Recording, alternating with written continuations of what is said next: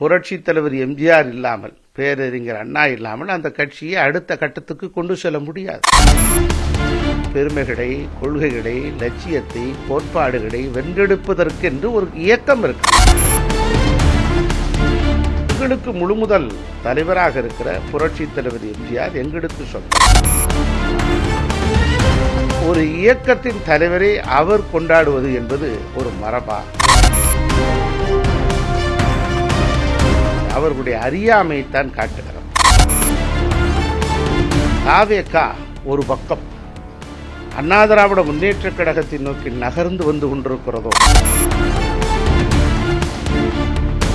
முன்னாள் முதல்வர் எம்ஜிஆருடைய புகைப்படத்தை மிக பிரம்மாண்டமான முறையில் விஜய் மாநாட்டில் வந்து பயன்படுத்தப்படுகிறது, முகப்பு வாயிலே பயன்படுத்தப்படுகிறது. இதை எப்படி பார்க்குறீங்க? இல்ல, புரட்சித் தலைவர் எம்ஜிஆர் அண்ணா திராவிட முன்னேற்ற கழகத்தினுடைய நிறுவன தலைவர். ஒரு இயக்கத்தை கண்டு அதை மக்களிடத்தில் கொண்டு சென்று வெற்றி பெற்றிருக்கிறார். 3 முறை தொடர்ந்து தமிழகத்தினுடைய அசைக்க முடியாத மாட்சிமை தாங்கிய முதலமைச்சராக இருந்திருக்கிறார். அவர் மறைவுக்கு பிறகு அண்ணா திராவிட முன்னேற்ற கழகம் இருக்குமா அல்லது இருக்காதா என்கிற 1000 சந்தேகங்கள் எழுப்பப்பட்டது. ஏனென்று சொன்னால் புரட்சித் தலைவர் எம்ஜிஆர் தான் அதிமுக, அதிமுக தான் எம்ஜிஆர் என்கிற நிலை இருந்தது. ஆகவே அவர் இல்லை என்று சொன்னால் அந்த இயக்கம் இருக்காது என்று ஒரு பூடகமாக பேசினார்கள், ஆருடம் பார்த்தார்கள். ஆனால் அவருடைய கொள்கையை 50 ஆண்டு காலத்திற்கு மேலாக அண்ணா திராவிட முன்னேற்ற கழகத்தை எழுதி, அதன் வரலாற்றை எழுதி அசைக்க முடியாத ஒரு தோற்றத்தை ஏற்படுத்தியவர் புரட்சி தலைவி அம்மா. அவருடைய மறைவுக்கு பிறகும் இருக்காது ஏனென்று சொன்னால் இருவரும் தலைவர்கள், எம்ஜிஆரை போல புரட்சி தலைவியை போல ஒரு பெரிய மக்கள் சக்தி மிக்க தலைவர்கள் இல்லை என்று சொன்னார். ஆனால் ஒரு எளியவர்களும் ஒரு சாதாரண தொண்டனும் கூட கட்சிக்கு தலைவராகலாம் என்று இந்திய துணைக்கண்டத்தில் நிரூபித்த இயக்கம் அண்ணா திராவிட முன்னேற்ற கழகம். ஆகவேதான் எடப்பாடியார் முதலமைச்சராக 4 வருட காலமும் 3 மாதமும் நல்லாட்சியை தந்தார். இன்று எதிர்க்கட்சி தலைவராக தொடர்ந்து கொண்டிருக்கிறார். ஆக இப்படிப்பட்ட நிலையில் எம்ஜிஆருடைய புகழை, பெருமைகளை, கொள்கைகளை, லட்சியத்தை, கோட்பாடுகளை வென்றெடுப்பதற்கு என்று ஒரு இயக்கம் இருக்கிறது. அது அண்ணா திராவிட முன்னேற்ற கழகம் இருக்கிறது. ஆகவே எங்களுக்கு முழுமுதல் தலைவராக இருக்கிற புரட்சி தலைவர் எம்ஜிஆர் எங்களுக்கு சொந்தம், அது மக்களுக்கு சொந்தம். வேறொரு கட்சி தொடங்கி இருக்கிற தாவேகா என்கிற கட்சி தொடங்கி இருக்கிற நடிகர் விஜய் 2வது மாநில மாநாடு நடத்துகிறார். அதிலே புரட்சித் தலைவர் எம்ஜிஆரை பயன்படுத்துகிறார். ஆக ஒரு இயக்கத்தின் தலைவரை அவர் கொண்டாடுவது என்பது ஒரு மரபா? ஆகவே இது அவர்களுடைய அறியாமையைத்தான் காட்டுகிறது. இன்னொரு பக்கம் யோசித்தால் தாவேகா ஒரு பக்கம் அண்ணா திராவிட முன்னேற்ற கழகத்தை நோக்கி நகர்ந்து வந்து கொண்டிருக்கிறதோ என்கிற எண்ணம் தோன்றுகிறது. ஏனென்று சொன்னால் தாவேகாவால் எம்ஜிஆர் இல்லாமல், புரட்சித் தலைவர் எம்ஜிஆர் இல்லாமல், பேரறிஞர் அண்ணா இல்லாமல் அந்த கட்சியை அடுத்த கட்டத்துக்கு கொண்டு செல்ல முடியாது. ஆகவே அந்த புரட்சித் தலைவர் எம்ஜிஆரை உடைய தோற்றுவித்திருக்கிற இயக்கம் அனைத்து இந்திய அண்ணா திராவிட முன்னேற்ற கழகம். ஆகவே எங்களை நோக்கி தேர்தலில் கூட்டணி அமைப்பதற்கு வருவதற்கான சமிக்கையாக இருக்குமோ என்கிற சிந்தனை கூட எழுகிறது. போக போக பார்ப்போம். சினிமாவிலிருந்து வரக்கூடியவர்கள் அனைவருமே புரட்சித் தலைவர் எம்ஜிஆருடைய புகைப்படத்தை வந்து பயன்படுத்துகிறார்கள், தனியாக இயக்கம் கண்டுகிறார்கள். கூட்டணி வைப்பது அடுத்த கட்ட நகர்வாக இருந்தாலும் தொடக்கத்திலே அவருடைய தலைவராக அவருடைய கொள்கைகளை பின்பற்றக்கூடியவராக இருக்கிறார்கள். இது எப்படி உதாரணத்துக்கு விஜயகாந்த் எடுத்துக்கலாம், அவர் புகைப்படத்தை பயன்படுத்தினார், இப்ப விஜய் பயன்படுத்துகிறார்.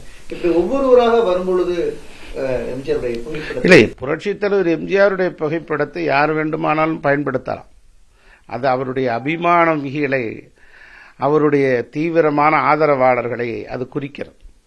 இருந்தாலும் புரட்சித் தலைவர் எம்ஜிஆர் தனி இயக்கம் வைத்திருக்கிறார், அனைத்து இந்திய அண்ணா திராவிட முன்னேற்ற கழகம் என்கிற ஒரு பேர் இயக்கம்.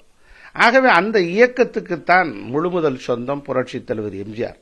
புரட்சித் தலைவர் எம்ஜிஆரை யாரெல்லாம் பேசினாலும், யாரெல்லாம் புகழ்ந்தாலும், இல்லது வேறு கட்சியை சேர்ந்தவர்கள் புரட்சித் தலைவர் எம்ஜிஆருடைய மிகப்பெரிய கட்டோட்டை வைத்தாலும் முழுமுதல் எங்கு போய் வந்து சேரும் என்று சொன்னால் அண்ணா திராவிட முன்னேற்ற கழகத்திற்குத்தான் அந்த பெருமையும் புகழும் வந்து சேரும். ஆகவே புரட்சித் தலைவர் எம்ஜிஆரை பயன்படுத்தாமல் தமிழகத்தினுடைய அரசியல் நடத்த முடியாது என்பதைத்தான் இது எடுத்து காட்டுகிறது. புகைப்படம் வைத்தது சமிக்கை என்று நீங்க வந்து சொல்றீங்க. அது அடுத்த கட்ட அரசியல் நகர்வுல முழுசா அந்த மாறத்திற்கான வாய்ப்புகள் இருக்குது. அழைப்பு நேரடியாக நாங்கள் கொடுக்கப்படணும்னு வந்து சொன்னாலும் அவர்கள் அடுத்த கட்ட நகர்வு எல்லாமே அரசியல் ஏடிஎம்கே பிளஸ் தாவாக தமிழக வெற்றி கழகம் இணையணும்னு சொல்ற மாதிரி ஒரு எதிர்பார்ப்பு இருக்கு. இதே இல்ல, அதாவது புரட்சித் தலைவர் எம்ஜிஆர் ஒரு அசைக்க முடியாத மக்கள் சக்தி கொண்ட தலைவர். பெருந்தகை பேரறிஞர் அண்ணா அவர்கள் கூட 1967 முதலமைச்சரான போது, நீங்கள் முதலமைச்சரானதற்கு எவைகளெல்லாம் காரணம் அல்லது எது காரணம் என்று கேட்டார்கள். பேச்சு, எழுத்து, அயராத உழைப்பு, என் தம்பிமார்களுடைய அர்ப்பணிப்பு, இவற்றையெல்லாம் தாண்டி என் தம்பி ராமச்சந்திரனின் செல்வாக்கு என்று சொன்னார்.